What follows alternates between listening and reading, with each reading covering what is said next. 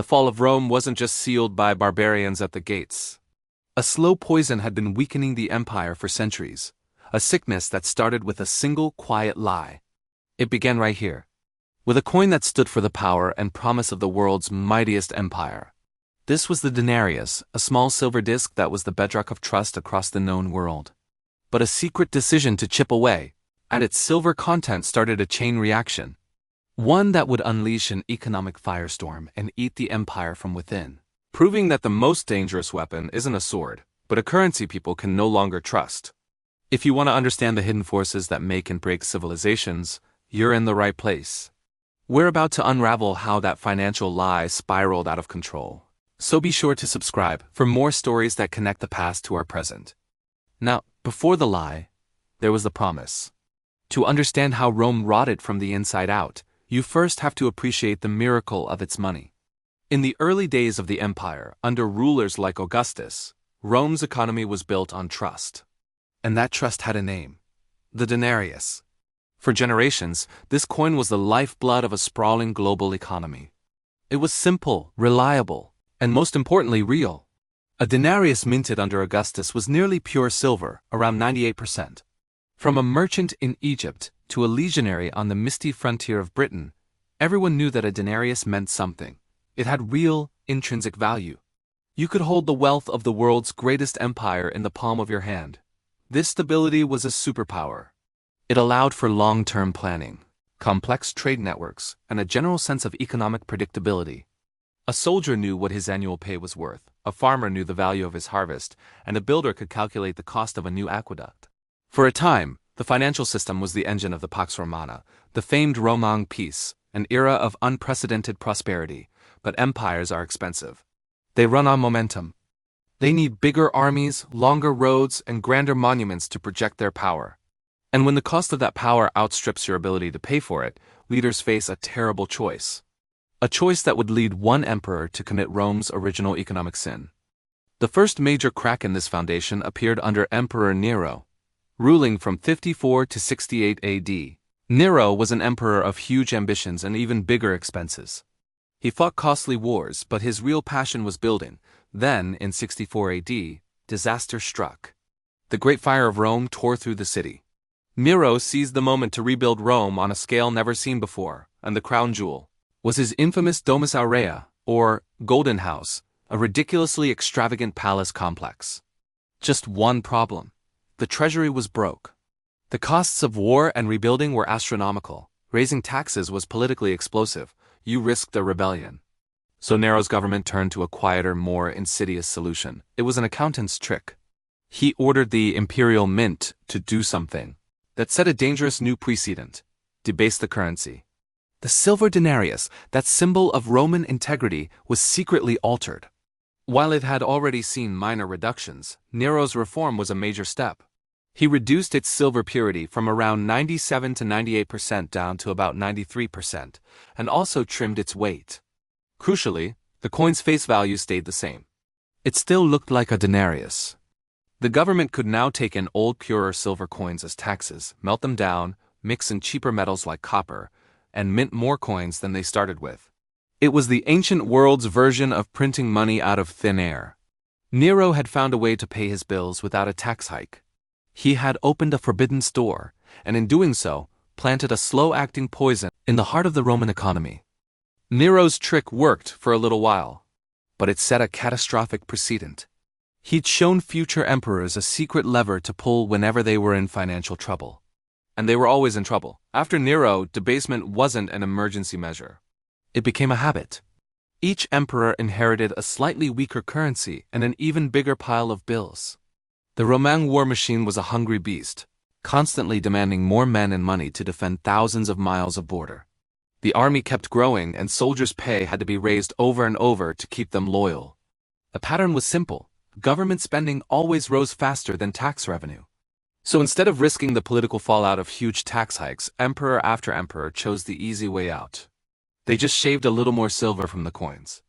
By the reign of Marcus Aurelius in the late 2nd century, the denarius's silver purity had slipped to around 75%. This slow creeping devaluation was like a hidden tax on every single person who used Roman money. Your savings were being silently stolen, their purchasing power dissolving with every new batch of debased coins that left the mint. For a while, the system held. But the lie was getting bigger.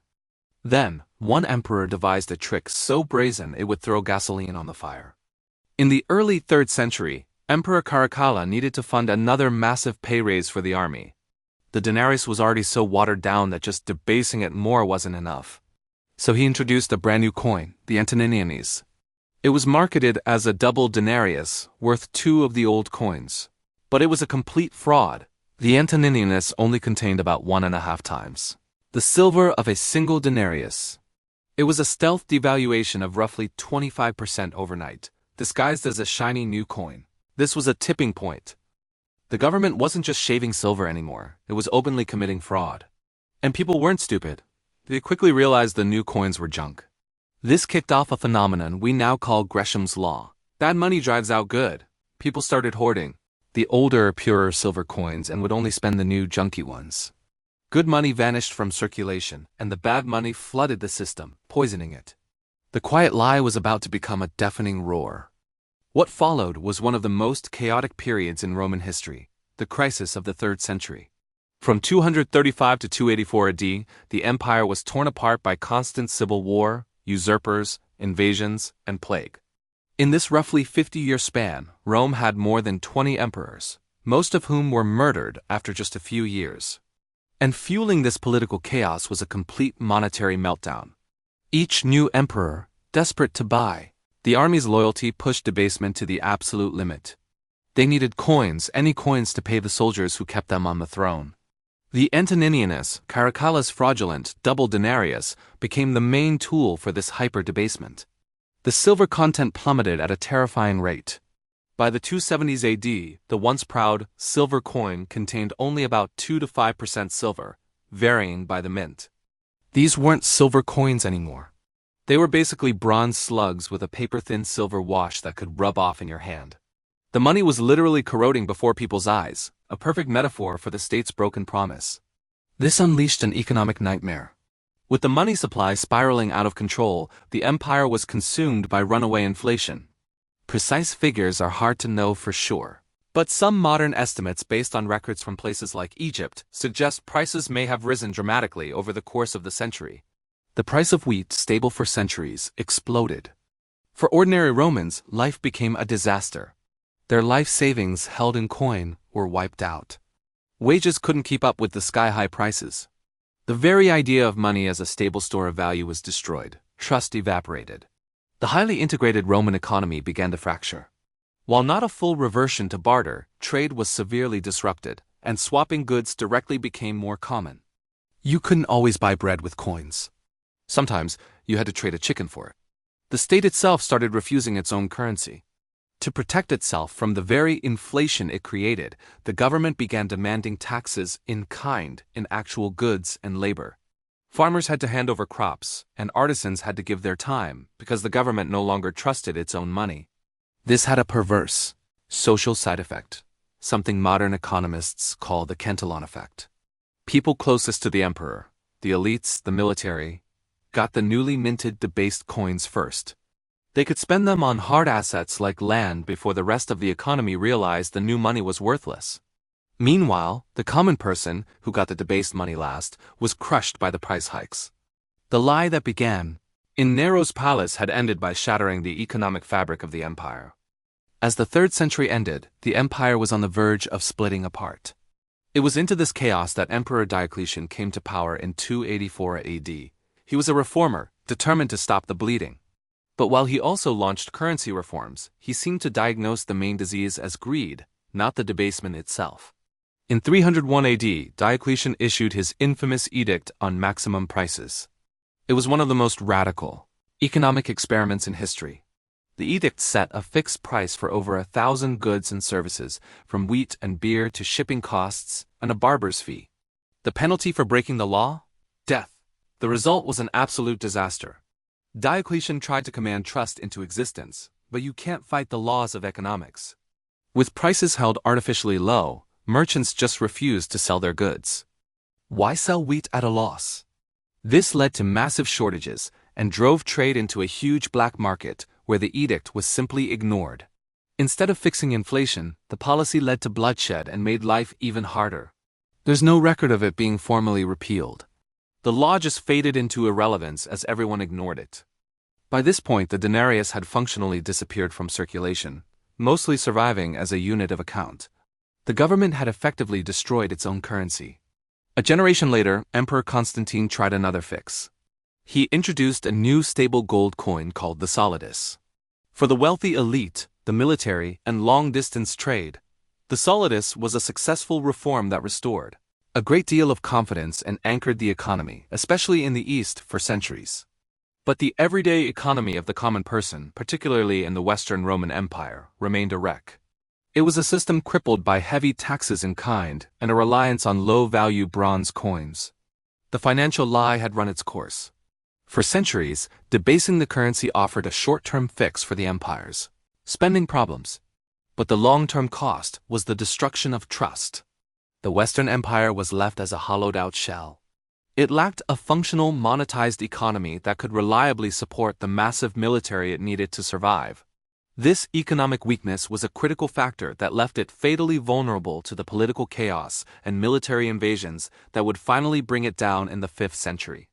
The barbarians may have delivered the final blows, but one of the diseases that crippled Rome came from within its own treasury. The story of the denarius is more than just ancient history. It's a timeless lesson. Rome's financial decline teaches us that money is more than gold, silver, or paper. It's a contract based on trust. When that trust is broken by the very authorities meant to protect it, societies begin to unravel. Rome's leaders thought they'd found a cheat code for economics. They believed they could solve deep spending problems by devaluing their currency, hoping no one would notice. But reality always collects its debts. The short-term gain led to the long-term ruin of hyperinflation, economic disruption, and social breakdown. It's hard to ignore the parallels. Today, currency isn't debased by mixing in copper. It's done digitally by expanding the money supply, often to cover huge government deficits. The motivation is the same: pay for spending that outpaces revenue without making the politically tough choice to raise taxes or cut programs. This can act as a hidden tax, silently eroding the savings of ordinary citizens. Rome's story is a profound cautionary tale. It warns us that a stable economy is the bedrock of a stable civilization, and that no empire, no matter how powerful, is immune to the consequences of destroying its own money. The ultimate lesson, echoing through millennia, is that the most valuable currency any nation possesses is trust. The question isn't just whether we've learned from history. The question is whether we're willing to notice the echoes in our own time. Because the same forces that toppled the Forum are always at play, just in different forms. Rome's financial lie began as a whisper, but ended in the rubble of an empire. It's a chilling reminder that when trust is gone, everything built upon it is at risk.